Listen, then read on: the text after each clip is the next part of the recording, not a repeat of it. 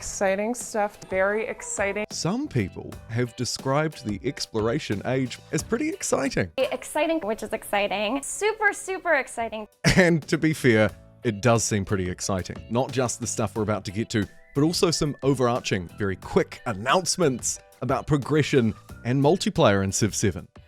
This is something that we're gonna talk about more in the future. Essentially, the team wanted a way to reward our players for playing a certain leader a lot. We've got players that like to play these leaders over and over, and there's a really cool system involved there that we'll speak more to in the future. But the future could be now. I did notice this very briefly while they loaded a save, literally just a few frames. And you might notice up the top here, there's something that looks a lot like a banner.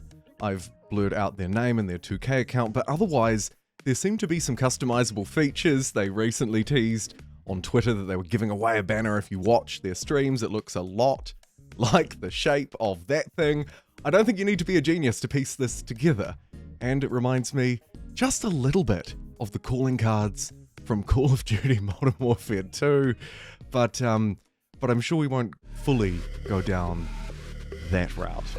Anyway, moving back to Civ 7, there were a couple of other sort of big game announcements. So there's a lot that we're doing to make all the platforms, home base for any of our Civ players. Yeah. Let you play with other people who might be on different platforms. So we have more to talk about that, but the cross-play and the saves being compatible across the different platforms is a huge part of that. So when the game releases in February, across all of those highlighted platforms, it will have both cross-play and cross-save. And that seems to me like an indication of a franchise, a game that's interested in social stuff and multiplayer. Again, early days, more to say, but that's just how it feels to me. Let's move along to the other big topic of the exploration age, religion, and how it works. Over to Firaxis. There's a lot of changes to the way religion works compared to Civ 5 and Civ 6. I think the number one change is that every player can start a religion. Yeah. And there's no longer that race to, oh my God, I gotta get a religion quick or I'm gonna get locked out. You don't have to worry about that anymore. So every player gets to start one. They're gonna get a holy city. That holy city is protected from being converted by other players. So you also can never lose your religion. Correct. But you can certainly be diminished, and the AI we'll see is pretty aggressive about spreading its religion. Absolutely. And so you have to focus on it. And aside from that very ominous mention about the mysterious AI, how good will it be? I wonder as well. The focus really there, of course, is on religion and the big change that everybody, every player in the game, will be able to found one. Throughout the stream, we also see fan favorite, perhaps, units like the missionary return to spread religion, as well as other policies and features that will allow us to do it. When we make one though, where's the custom at? We don't see any custom ones, but I believe those are coming. Those are on the way. We've been testing a prototype version of that. It just wasn't quite ready for the build today. Sure. Okay, sure. So the custom one is not ready yet, sure. But we do see how religion works in Civilization 7, with 3 different beliefs, often fairly familiar. Have a listen. But the enhancer and the founder beliefs are very similar to what you would remember from Civ 6, where an enhancer belief is a way that your religion spreads in a unique, stronger fashion than the other religions in the game. And the beliefs are the same way, just like with Pantheon. So those are first come, first serve. You want to kind of rush to this if possible, if you plan on playing a religious game, because once you've selected a belief, it goes away for all other players. So these will be very familiar to you if you've been playing Civilization 6 lately at your weekend. Enhancer beliefs, belief that helps you spread your religion. You may have only one enhancer belief. And then, of course, the founder beliefs that provide a bonus for converting other players as settlements. More founder beliefs can be unlocked as you move through the game, as you can see, by those extra slots. And then we have the reliquary belief, which again, I think you should have a listen to how it was described on stream. We got our reliquary belief. We want to go up to our religion screen. We can scroll down and see that we have the reliquary belief icons. So reliquary beliefs are a special choice that you make that gives your religion a unique way of creating relics that no one else has. And everybody gets one of these beliefs because everybody could get a religion, in this case +2 relic, for the first time you convert a city-state. And this relic count is used for a victory condition, but relics also exist in the game, and sometimes you can get them without a religion, like through these narrative events. But what do they actually look like? So we want to go ahead. It's a tough choice. It is a tough choice. Do you want to go ahead and pick the relic, and then we'll take a look at what the let's do relic that for now. looks like? I think that's going to be more immediate. So we'll pick that, and relics do have yields, so we'll go ahead and take a look at that relic we just got. Here is what they look like, and as Carl just mentioned there, they also have yields. This UI will be fairly familiar to you if you've played Civ 6 recently yet again. This is the Great Work UI essentially. You can see the yields on the left hand side for that particular major relic, +2 culture and +2 happiness when it's assigned to a city, and we have to assume that some kind of bonuses will also be reintroduced, theming bonuses, that kind of thing. But what's the broader purpose of a relic outside of a bit of happiness? So the first objective in terms of these legacy paths is going to be to collect relics. Now, how do you get relics? Where do they come from? They're part of our new religion system, and they are rewards that you get from spreading your religion around the world.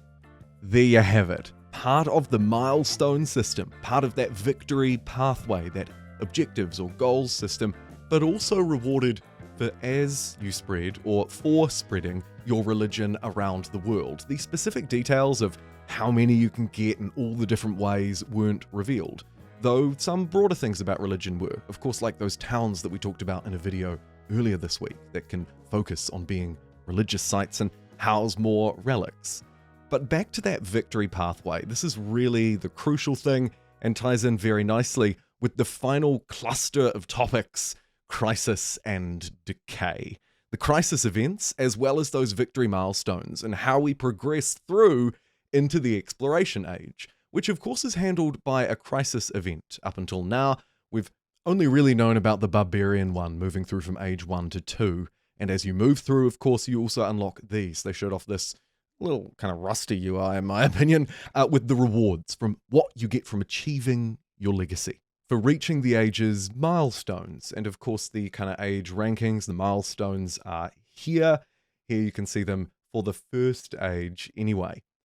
When asked an interesting question about this kind of stuff, about the crisis, how they play out, how many there are, and specifically about loyalty, they thankfully confirmed it won't return. Listen up. Loyalty, I'll just say that there is a system very similar to loyalty. It's not a system that's on all the time, but there are 3 different crises that can possibly hit a player in each of the ages, and we have a crisis that is basically that same type of effect that loyalty, sort of like those dark ages in the Rise and Fall in Civ 6 where loyalty hit you really hard. That's what that crisis is about. Yep. Very interesting. 3 possible crisis options as you move through each age, and one of those possible options will bring back that loyalty mechanic. I don't mind, I suppose, if it's just temporary. And of course, when you move through, you'll assign your points and pick up a whole load of benefits, including possibly leader attributes, where I see some experience gained up in the top right, relating back maybe to the first chapter of this video.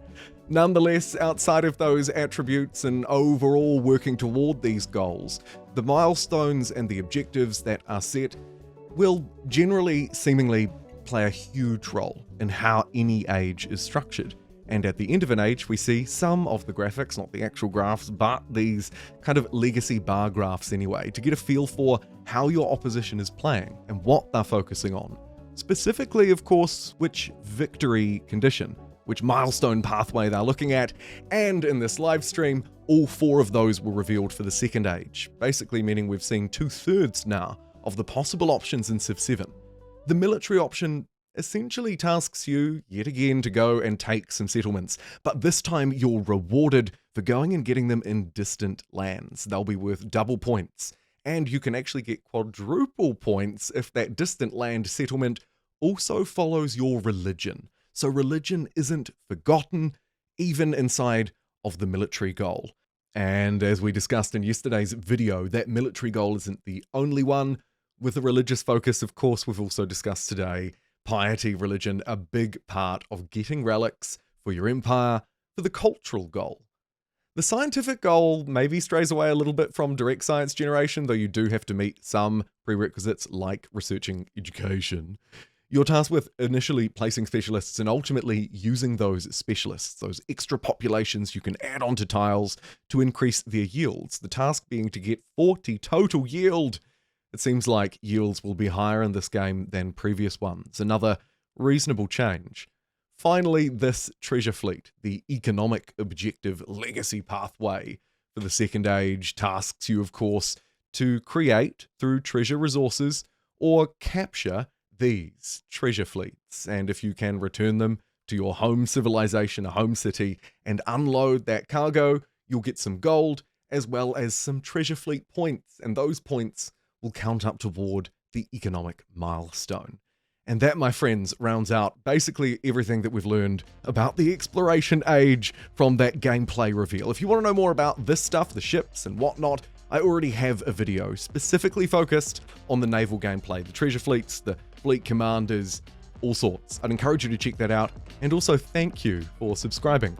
We're unfortunately about to lose this big jump from our monthly count, unless you want to subscribe today and help us work toward that goal of 100k subscribers by Civilization 7 Day. Thank you for joining me. I'll, as always, keep you updated as we learn more, and see you next time.